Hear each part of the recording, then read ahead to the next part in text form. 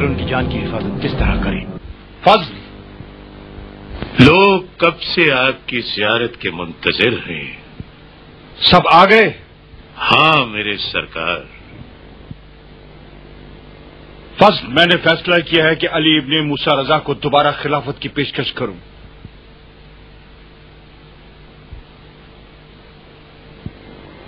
میں اپنی بات سے ہرگز منکر نہیں ہو سکتا. جو بات میں نے کہہ دی ہے اس پر ہمیشہ قائم رہوں گا. اگرچہ میں دل میں اس پیشکش کو بہت چھوٹا سمجھتا ہوں، مگر کیا کروں، مجبور ہوں کہ ایسا ہی کروں گا. میرے سرکار، اپنے اس فیصلے سے کنارہ کش ہو جائے.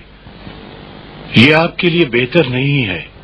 مت ڈرو، اس مرتبہ تمام جوابات میری نظر میں ہیں. بس یہ یاد رکھو کہ ولی عہدی کی پیشکش بات نہیں، تمہاری زبان سے میری طرف سے ہی ہوگی. اگر قبول کر لیا تو؟ نہیں، کوئی مسئلہ نہیں، وہ ولی عہد ہی رہے گا. اور اگر انہوں نے انکار کر دیا تو پھر اس وقت میں لوگوں کے سامنے انہیں خلافت کی پیشکش کروں گا. ہمت ہوگی کہ وہ انکار کر دیں؟ نہیں. دوسری صورت میں لوگوں کی ناراضگی مول لیں گے.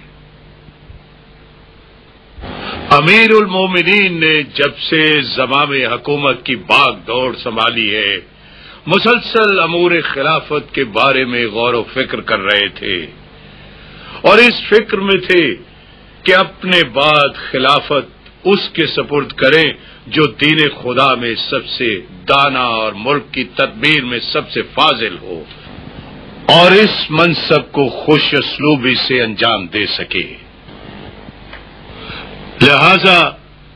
لہذا ہم یہ چاہتے ہیں کہ اس امانت کو آپ ہی کے سپرد کر دیں اور آپ کو ولی عہدی کے لیے منتخب کر لیں، تاکہ حق اپنی جگہ پلٹ جائے اور اللہ اور اس کا رسول اس سے راضی ہو جائے.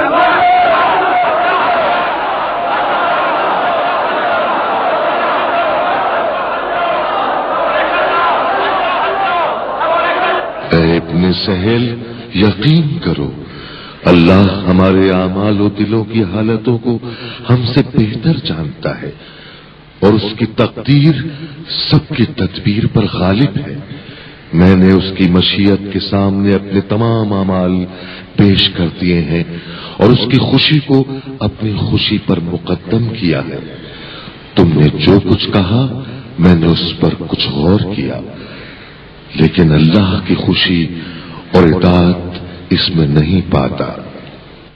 نہیں میرے عزیز چچا کے بیٹے، کچھ غور کریں. فضل نے اگرچہ میری اجازت سے کہا اور اسے وہ تمام باتیں کہہ دیں، مگر میرے مقصد کی صحیح ترجمانی نہ کر سکا.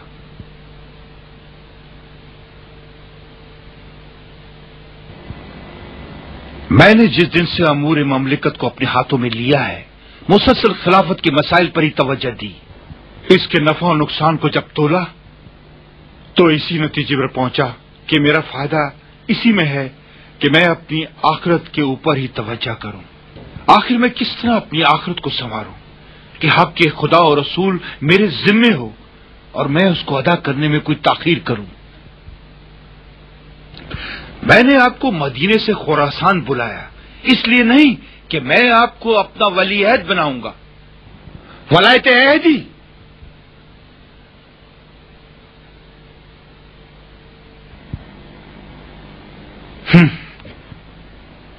بلکہ اس لیے کہ میں اپنی ذمہ داری کو ادا کروں اور مسند خلافت مسلمین کو آپ کے حضور پیش کروں، تاکہ کل جب قیامت کے دن میں عالم محشر میں محشور کیا جاؤں، آپ کے جد رسول خدا اور بابا علی مرتضی مجھ سے ناراض نہ ہوں، وہ مسلمانوں کی جان و مال کے بارے میں کوئی باز پرس نہ کریں. اے رسول خدا کے بیٹے، میں اپنے عقل و ہوش سے خود کو خلافت سے معزول کرتا ہوں، لباس خلافت اتارتا ہوں، تاج سر سے ہٹا دیتا ہوں، اور اس پر خوش ہوں کہ پہلے مسلمان کی حیثیت سے آپ کی بیعت کروں گا.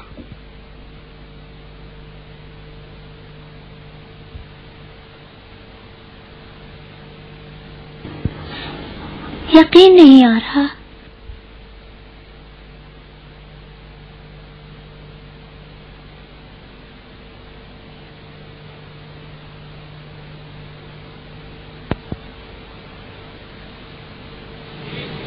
اگر یہ خلافت تمہاری ہے اور اللہ نے لباس خلافت تمہارے حوالے کیا ہے تو کیا حق ہے تمہیں کہ اس لباس خلافت کو اتارو اور دوسرے کو پہنا دو؟ اور اگر یہ تمہاری ملکیت نہیں ہے تو کس طرح ممکن ہے کہ جس چیز پر خود تمہارا حق نہیں ہے کسی دوسرے کو دے دو؟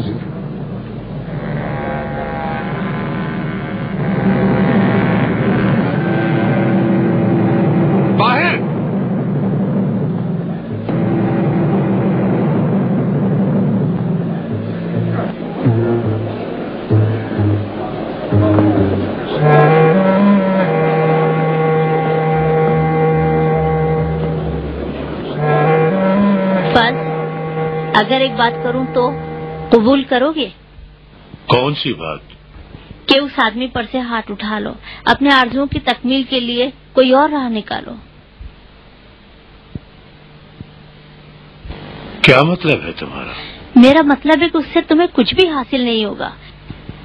وہ ہم سے مختلف ہے، بلکہ در حقیقت وہ ہم سب سے مختلف ہے. مختلف ہے؟ کس طرح؟ کیا میں اس کو جانتا نہیں ہوں؟ کیوں نہیں؟ شاید ان کو جان جاؤ. آج دوسری بار ان کو دیکھا ہے، اس مرتبہ اچھی طرح دیکھا ہے. ابوالحسن کے چہرے پر وہ بات دیکھنے میں آئی جس کی توصیف ممکن نہیں. ایسی صورت آج تک نہیں دیکھی. وہ احساس جس کو نہیں جانتے. نہیں معلوم کہ کیا کہوں.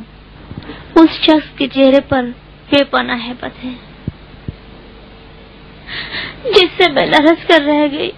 اتنی طاقت نہیں تھی کہ آنکھیں ہٹا دی. وہ ہم میں سے نہیں ہے. نہ ہمیں دیکھتا ہے، نہ دنیا سے کوئی لگاؤ، حتیٰ کہ خلیفہ سے بھی نہیں.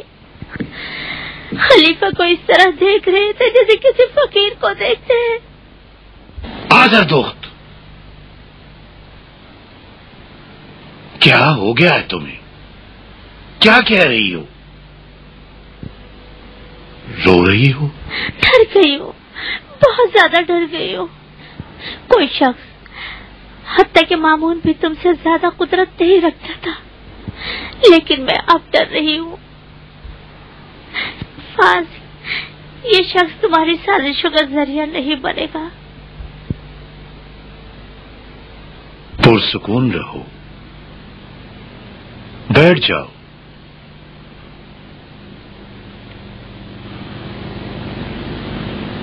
آخر ابوالحسن میں ایسا کیا ہے جو اس نے تمہیں اتنا متاثر کیا ہے؟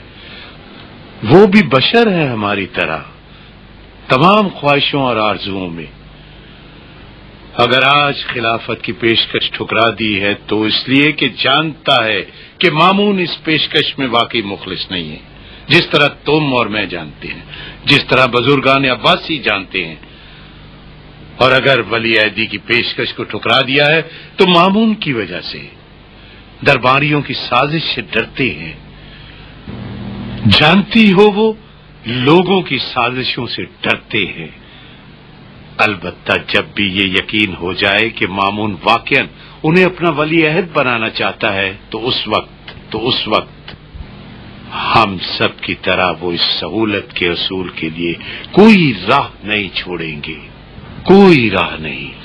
میں مطمئن نہیں فضل. ابوالحسن سے راستہ بدل لو. ایسی تدبیر سوچو کہ مامون انہیں مدینہ واپس بھیج دے. ایسا ممکن نہیں ہے. میری ساری سازش کا مقصد ان کو خراسان لا کر ان سے ولی عہدی کو قبول کرانے میں پوشیدہ ہے. سازش کو بدل ڈالو، کوئی دوسرا راستہ نکالو.